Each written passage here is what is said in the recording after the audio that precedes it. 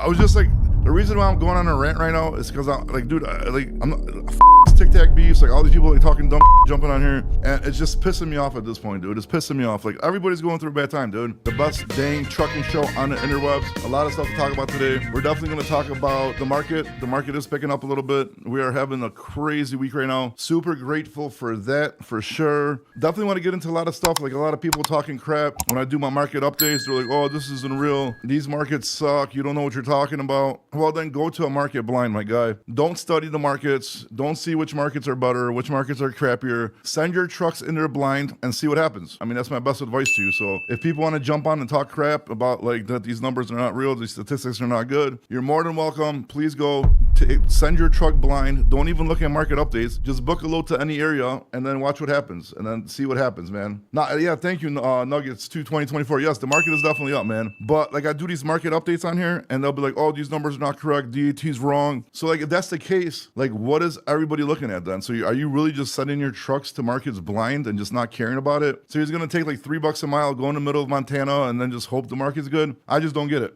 I don't get it whatsoever. A lot of stuff we got to talk about. Then like I think the statistics are like 80% of new authorities, like MC numbers or trucking companies that try to open up fail within the first year. And then like 90%, up to like almost 90% fail their second year. And then I want like maybe like trucking company growth. Like if you're trying to grow your trucking company, say if you bought one truck, you're an owner up, and then you want to add a second truck and so on and so on. So like how do you do it? Like if you're barely making it one truck, why would you grow and try to get into another truck and start building it, right? That doesn't make sense to me whatsoever. Another thing is like nobody's gonna come save you in trucking, right? Everybody's like always talking crap about brokers or this and that, or try and blame other people for their miseries. But that's crazy to me. Like 6-7 months ago, dude, I was like seriously on the verge of throwing a toaster into a bathtub at that point, dude. Like I'm not even lying, dude. I was depressed. Everything was going wrong. We're losing money left and right. I mean, we're still not profitable, but at least we're catching up right now. I think we might be actually pretty close to zero, which is like I'm gonna throw a party once I verify that because it was so bad. But like when people ain't doing good, they want to complain and they want to like just blame other people, blame brokers, blame somebody else. They don't have customers, blame high fuel prices, whatever they want to do. They just want to blame people nonstop, dude. It's seriously annoying at this point. Like the truck market goes up and down, you know what I mean? And when it's down, you got to just eat dicks and hopefully you make it to the good times. And when it's good, then everybody just messes up anyways and they still complain, you know what I mean? But like a lot of stuff that I learned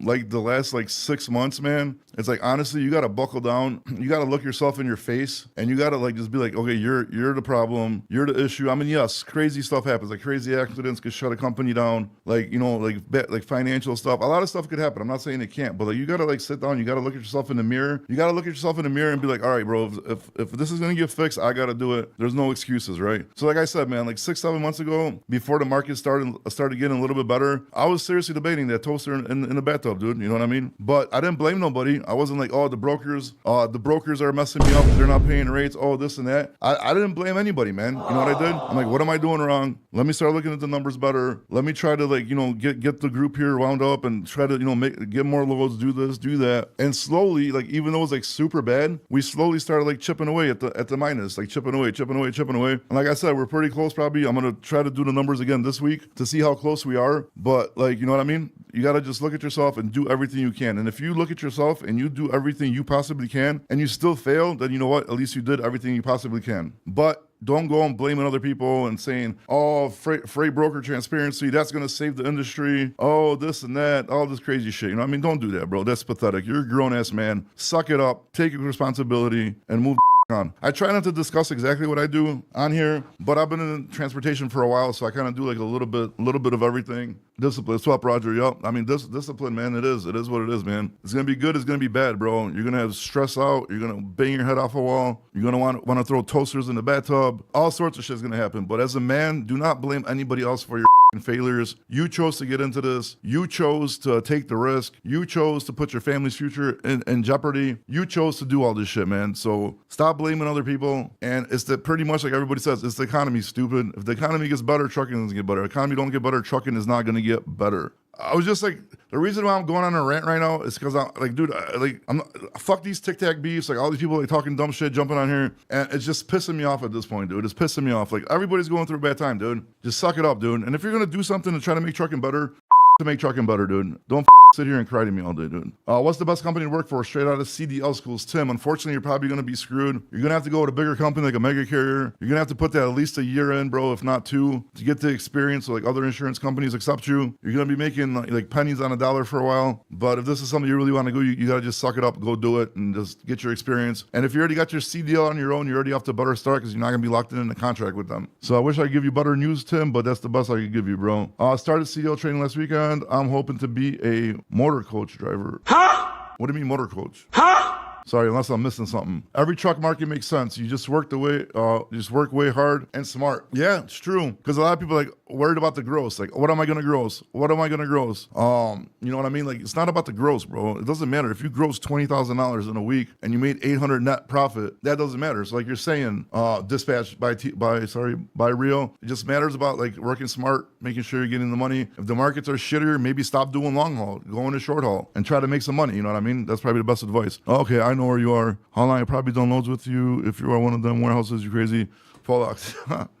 Okay, fleet of 60. Yeah, Rudy, that's a big fleet to run, bro. I don't blame you for not being in the business anymore. A fleet of 60, I'll probably like be banging my head off the wall every single day. They're like, broker transparency is gonna save trucking. Oh, once we get broker transparency, it's gonna get better. No, it's not, dude. It's not. It's not gonna get better. You know when it's gonna get better? When the economy gets better. Then it's gonna get better.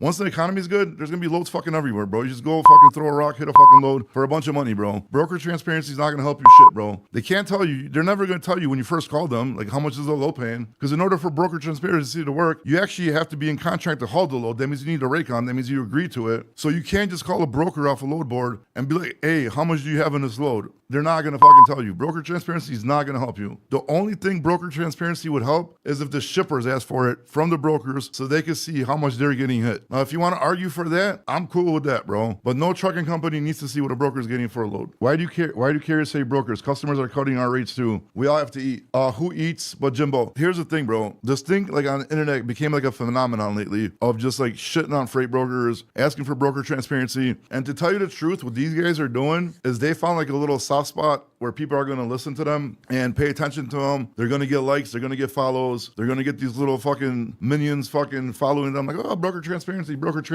And it's BS, bro. I don't even think they believe their own bullshit, to be honest with you, bro. And yes, it's causing hostility. Are there scumbag brokers? 100%. There's a lot of scumbag brokers. Are there scumbag carriers? 100%. There's a lot of scumbag carriers.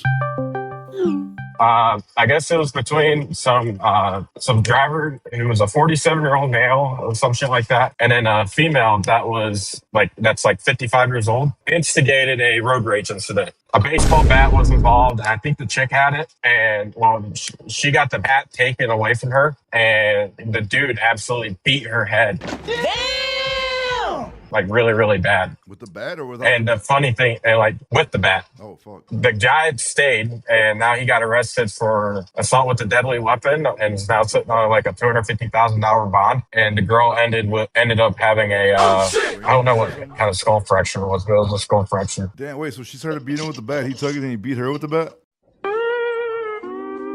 No, so the dude like instigated everything, and she had the bat out for self-defense. Well, then something happened to where he managed to get the bat and just beat her head.